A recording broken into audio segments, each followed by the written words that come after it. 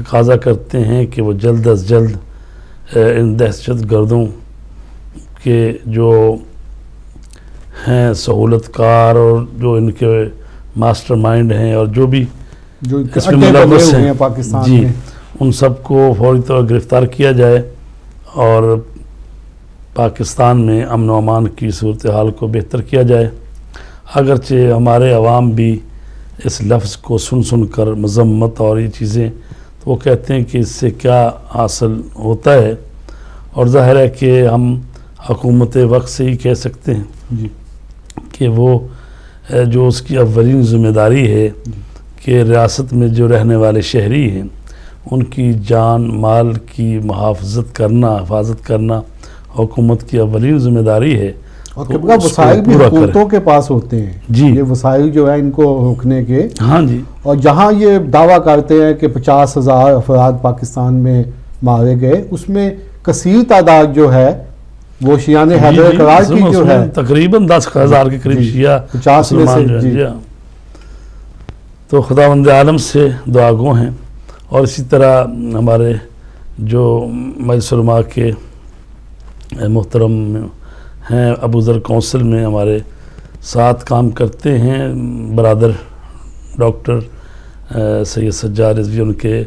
Brother in لا جو ہے ان کی بھی شہادت ہوئی ہے، اور ہم ان کی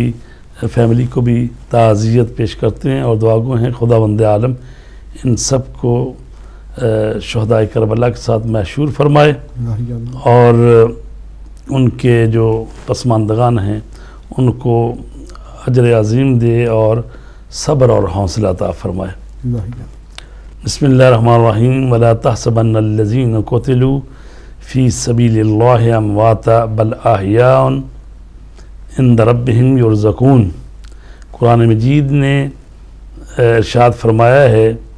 کہ جو لوگ اللہ کی راہ میں قتل کر دیے جاتے ہیں ان کو مردہ گمان نہ کرو بلکہ وہ زندہ ہیں، بل احیاء عند ربہم یرزقون، وہ اپنے پروردگار کے ہاں زندہ ہیں، رزق پاتے ہیں۔ اور یہ جو راولپنڈی میں جو شہید ہوئے ہیں وہ تو بیچارے یعنی جشن منا رہے تھے رسول کریم کی آمد کے مبارک موقع پر، یہ اور شیعہ سنی مشترکہ تھے کہ جی 17 ربیع الاول، تو وہ تو رسول پاک کے ولادت کی خوشی میں جشن منا رہے تھے۔ امام جعفر صادق علیہ الصلوۃ والسلام کی ولادت کے سلسلے میں وہ جمع تھے، تو لہٰذا یہ جو دہشت گرد ہیں تکفیری گروہ جو ہے یہ تو دشمن ہے، یعنی رسول پاک کا بھی کوئی جشن منائے یا ولادت کے موقع پر کوئی سیرت کانفرنس کرے یا مطلب جمع ہوں تو ان کو بھی یہ لوگ جو ہیں چھوڑتے نہیں ہیں۔ تو قبلہ اسی امام بارگاہ کے جو بانیوں میں سے تھے جی رضوی صاحب جو تھے، اون رضوی صاحب، ان کو بھی شہید کیا گیا تھا۔ جی اون محمد رضوی جو ٹی وی کے بہت ہاں جی پروڈیوسر تھے وہ، تو تقریباً 18-19 سال پہلے کی بات ہے یہ، اس وقت ان کو شہید کیا گیا تھا۔ تو خداوند عالم ان کو بھی جوار رحمت میں جگہ دے اور درجات بلند فرمائے۔ تو چونکہ ہمارا پروگرام جو ہے وہ شرعی مسائل کا پروگرام ہے، تو اس لیے ہم نے آج جو ہے وہ یہ سمجھا کہ ساتھ یہ بات بھی ہو جائے گی جو شہداء کی ہے، اور ساتھ یہ بھی کہ جو دنیا سے جاتا ہے تو اس کے کیا احکامات ہیں۔ اور قرآن مجید نے فرمایا ہے کل نفس ذائقۃ الموت، ہر نفس نے موت کا ذائقہ چکھنا ہے۔ وَإِنَّمَا تُوَفُّونَ أَجُورَكُمْ يَوْمَ الْقِيَامَةِ فَمَنْ زُحْزِحَ عَنِ النَّارِ وَأُدْخِلَ الْجَنَّةَ فَقَدْ فَازَ وَمَا الْحَيَاةُ الدُّنْيَا إِلَّا مَتَاعُ الْغُرُورِ۔ آل عمران کی آیت ہے جس میں ارشاد رب العزت ہو رہا ہے کہ ہر جان ایک نہ ایک دن موت کا مزہ چکھے گی، اور تم لوگ قیامت کے دن اپنے کیے کا پورا پورا بدلہ پاؤ گے۔ پس جو شخص جہنم سے ہٹایا گیا اور بہشت میں پہنچایا گیا پس وہی کامیاب ہوا، اور دنیا کی چند روزہ زندگی سرمایہ فریب کے سوا کچھ نہیں ہے۔ تو یہ دنیا جو ہے وہ ظاہر چند روزہ ہے ہر انسان کے لیے، اتنا بھی وہ جی لے 50 60 100 سال بالآخر دنیا سے جانا ہے. جی کل نفس ذائقۃ الموت. تو جب جانا ہے تو جو کچھ انسان نے یہاں پر دنیا میں انجام دیا ہے اس کا جواب بھی اس کو دینا ہے. جی اور قرآن مجید جو فرما رہا ہے کہ کسی ایک بے گناہ شخص کا جو قتل ہے وہ پوری انسانیت کا قتل ہے. اور جس نے کسی ایک شخص کو زندہ کیا یا جان بچائی اس کی تو گویا اس نے پوری انسانیت کو بچا لیا. جی اور یہ جو ڈاکٹر حضرات ہیں یہ جو جس کو مسیحی قوم کہا جاتا ہے یعنی یہ تو لوگوں کی زندگیاں بچانے کے لیے کام کر رہے ہوتے ہیں اور ان کا صرف قصور یہ ہے کہ وہ مکتب اہل بیت سے تعلق رکھتے ہیں, شیعہ ہیں, علی ولی اللہ پڑھتے ہیں. وَإِلَّا وہاں پر وہ کوئی دین کی تعلیم تو نہیں دے رہے کہ بھی آپ کہیں کہ جی نا آپ لوگ آ رہے ہیں تو یہ اپنے مذہب کی تعلیم دے رہے ہیں. وہ تو ڈاکٹر ہے اور وہ اپنے پیشے کے ساتھ امانتداری سے کام کر رہے ہیں. جو بھی آ رہا ہے اس کو علاج کر رہے ہیں, دوائی دے رہے ہیں. تو یہ جو دہشت گرد ہیں اتنے درندے ہیں کہ یہ نہ تو کسی ٹیچر کو چھوڑ رہے ہیں, نہ کسی ڈاکٹر کو چھوڑتے ہیں, نہ کسی عالم دین کو چھوڑتے ہیں, نہ کسی جنازوں میں انہوں نے بمباری کی ہے اور انہوں نے سکول کی بچیوں کو مارا ہے. وہ جو آرمی پبلک سکول تھا اس میں انہوں نے 140 کے قریب یعنی 134 بچے اور وہ جو خاتون ٹیچر تھی اس کو مارا ہے, جلا دیا گیا ہے, اور 9 جو عملہ تھا اس کو مارا ہے. تو یعنی انہوں نے مسجدوں میں حتیٰ کہ جو ہمارے مسیح بھائی ان کے جو چرچ ہیں ادھر بھی انہوں نے نہ اقلیتیں محفوظ ہیں, نہ مسلمان محفوظ ہیں, نہ اس سے ایئرپورٹ پہ پھر آرمی کے ہیڈ کوارٹر پہ کیونکہ میرے عزیزوں میں سے 2-3 بچے ڈاکٹر ہیں تو میں نے دیکھا ہے کہ وہ کب سے محنت کرنی شروع کرتے ہیں. ہزاروں میں سے ایف ایس سی کا امتحان جو ہے ہزاروں بچے دیتے ہیں, اس میں سے چند بچے جو ہیں وہ اس کے لیے سلیکٹ ہوتے ہیں MBBS کے لیے. اور وہ کتنی محنت میٹرک سے لے کے 10 سال مسلسل انہوں نے پڑھنے کے بعد جا کے وہ ڈاکٹر بنتا ہے. کوئی بھی صاحب جو بھی شخصیت ہے اس شخصیت کو بننے کے لیے یا وہ امتحان پاس کرنے کے لیے یا وہ 20 سال لگتے ہیں. آپ کا کیا خیال ہے جو عالم دین اگر کوئی بنتا ہے تو وہ اگر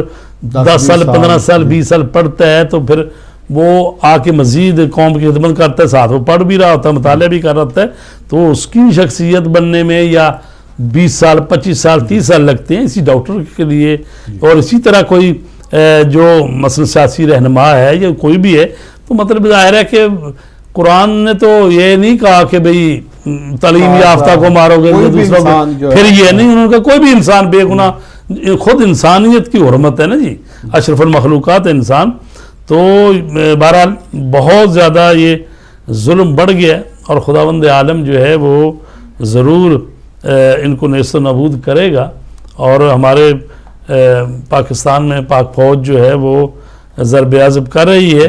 اور ان سے کہا جائے گا, ہم مطالبہ کرتے ہیں کہ پورے پاکستان میں اس کو کیا جائے. السلام علیکم. السلام علیکم. جی کون کہاں سے بولتے ہیں؟ جی میں رباب بول رہی ہوں مانچسٹر سے. جی علامہ صاحب سے بات کرنی ہے. جی بتائیے کیا پوچھنا چاہیں گے آپ؟ جی علامہ صاحب سے میں نے پوچھنا تھا کہ جب کسی بندے کی کسی بھی عورت کی یا مرد کی ڈیتھ ہوتی ہے تو ڈیتھ کے فوراً بعد غسل سے پہلے جتنا ٹائم بھی ہم گھر میں رکھتے ہیں تو جو ہے اس وقت غسل سے پہلے میت کے پاس آپ کے کوئی بھی آپ کے عزیز کی ڈیتھ ہوتی ہے میل یا فیمیل تو ان کے پاس بیٹھ کے ہمیں پڑھنا چاہیے قرآن پاک یا ہمیں وہ سبق یاد کرانا چاہیے ہم امام کے نام اور سارا جو بھی ہم تھا. تو کیا وہ بندہ سن رہا ہوتا ہے جو جس کی ڈیتھ ہو چکی ہوتی ہے؟ اس لوگ غسل کے بعد سارا کچھ پڑھتے ہیں, کیا اس وقت جب رکھی ہوتی ہے میت تو تب ہم پاس بیٹی ہو یا کوئی رشتہ دار ہو بیٹھ کے پاس پڑھ سکتا ہے اس مرنے والے کے قریب بیٹھ کے قرآن پاک کوئی سورہ یا ہمارا سارا سبق ہے اللہ کے بارے میں, ہمارے امام کتنے ہیں, پنجت پاک جتنا بھی سبق جو ہمیں سوال کیا جانا ہے تو وہ ہم پڑھیں تو وہ سن رہا ہوتا ہے. اس کے بارے میں علامہ صاحب کیا فرمائیں گے؟ انشاءاللہ ابھی بتاتے ہیں جی, جواب دیتے ہیں. جی کیا جی بتاتے ہیں, آپ نوٹ کر لیں سوال. تو جو ہے نا جی احکامات, ایک وہ ہیں کہ جب کوئی دنیا سے جا رہا ہے یعنی اس کو کہتے ہیں احتضار کی حالت. ٹھیک ہے. احتضار یعنی وہ حاضر ہے یعنی جان دینے کے لیے، اور یہ اس دنیا سے اس دنیا میں جانے کے لیے حاضر ہے، اس کو کہتے ہیں احتضار کی حالت، یعنی وہ آخری لمحات ہیں۔ اس موقع پر کہا گیا ہے کہ سب سے زیادہ ضروری ہے کہ اس کو شہادتین پڑھائیں، یعنی خدا کی وحدانیت، رسول پاک کی رسالت، اور اسی طرح مولا کائنات علیہ السلام کی ولایت، وہ ان کو پڑھائیں 12 اماموں کی جو جی۔ تو شہادتین، کلمہ شہادت جب کہتے ہیں نا، ہم میت کو اٹھا کے بھی لے کر جاتے ہیں، تو اس کو تلقین کرے نا، اور پھر یہ ہے کہ اس کو اس طرح سے لٹایا جائے کہ اس کے جو پاؤں ہیں یعنی جس طرح قبلہ ہے نا اس طرح لٹایا جائے، یعنی اگر اس کو کوئی اٹھا کے بٹھائے تو اس کا چہرہ جو ہے وہ قبلے کی طرف ہو، اس طرح سے اس کو اسی وقت کرنا چاہیے، اور جو یہ مسائل جانتا ہے اس کے پاس حاضر ہے، اس کو یہ کام کرنا چاہیے، چونکہ وہ تو اس کی اپنی حالت تو ایسی نہیں ہے نا کہ بھئی وہ آسانی سے اٹھ کے بیٹھ جائے، تو اس کی چارپائی کو اس طرح سے کر دینا چاہیے، اور اس کو تلقین جو ہے وہ پڑھانی چاہیے۔ اور پھر یہ ہے کہ اس کے پاس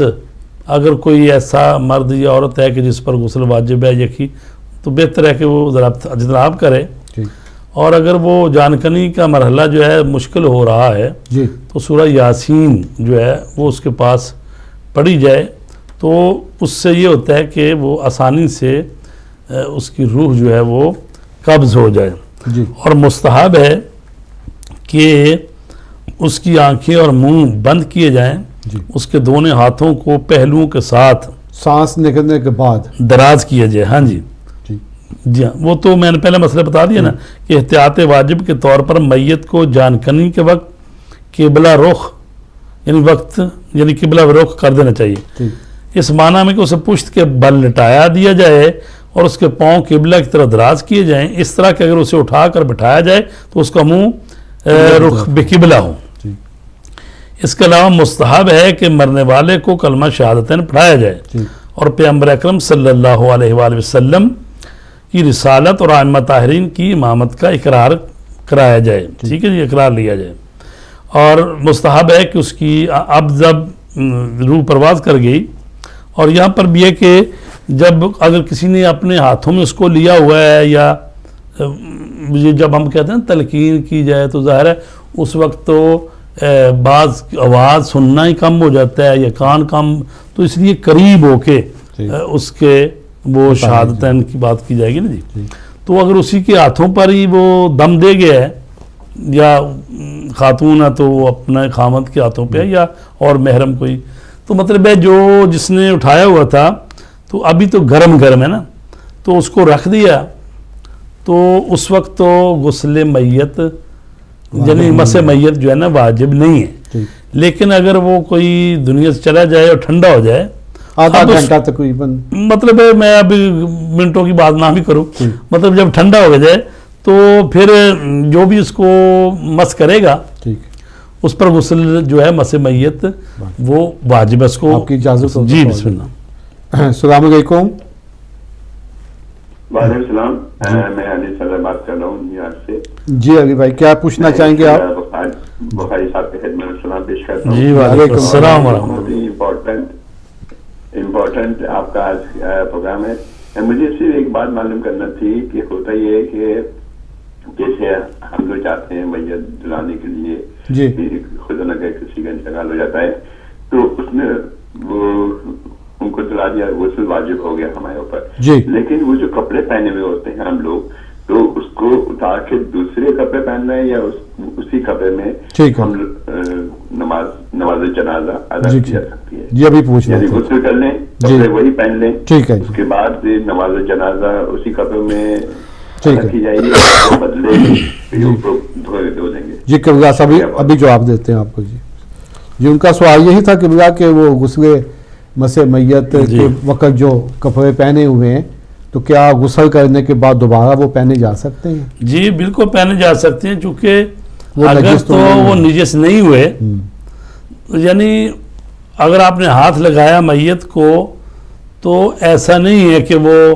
آپ کا جسم نجس ہو گیا، یہ کپڑے نجس ہو گئے ہیں، ایسا بھی نہیں ہے۔ یہ تو ایک بات اور ہے نا کہ اگر اس مطلب فرض کرے کہ خون لگا ہوا ہے جی یا اور کوئی نجاست لگی ہے، وہ آپ کے کپڑوں کو لگ گئی ہے، پھر نجاست کی وجہ سے اس کو دھونا پڑے گا، ویسے وَإِلَّا اس وجہ سے نہیں ہے کہ میں نے مس کیا میت کو، جو کپڑے پہنے ہوئے تھے وہ بھی نجس ہو گئے، وہ کپڑے ٹھیک ہیں، کپڑے وہی پہنے گے، صرف غسل کرنا ہے آپ نے. ٹھیک. جی ہاں، مس میت کا غسل کر جی. کے کپڑے وہی ٹھیک پہن ہے. کے کر سکتے ہیں. جی آپ کی اجازت سے تھوڑی دیر کوئی وقفے پہ جانا چاہتے ہیں جی تو اس کے بعد انشاءاللہ دوبارہ آپ کی خدمت میں حاضر ہوتے ہیں.